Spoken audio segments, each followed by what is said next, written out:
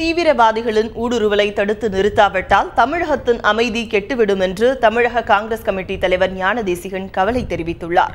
கும்பகோணத்தில் தந்தி டிவிக்கு அவர் அளித்த பேட்டியில், பிரதான எதிர்க்கட்சி என்று நினைத்துக் கொண்டு உள்ளாட்சி இடைத்தேர்தலில் களம் கண்ட பாஜகவுக்கு வேட்பாளர்களே இல்லாத நிலை உருவாகியிருப்பதாக விமர்சித்தார்.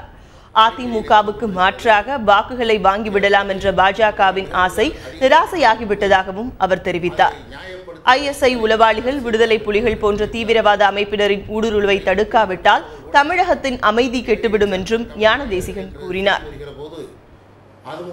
இன்று விடுதலை புலிகள் அமைப்பு முற்றிலும் அழிக்கப்பட்டு விட்ட சூழ்நிலையிலும் கூட இப்படி அதிலிருந்து இருக்கிற சில முன்னாள் விடுதலை புலி ஆட்கள் மற்ற நாடுகளுக்கு உளவாளிகளாக போகிறார்கள் என்கிற செய்தி மிக கவலை தருகிற செய்தி. மத்திய அரசு இதிலே கவனம் செலுத்தி, மாநில அரசும் இதிலே கவனம் செலுத்தி இவைகளெல்லாம் முறையிலே கிள்ளி எறியாவிட்டால் தமிழகத்தினுடைய அமைதி கெடும் என்பதை நாம் எச்சரிக்கையோடு இருக்க வேண்டும்.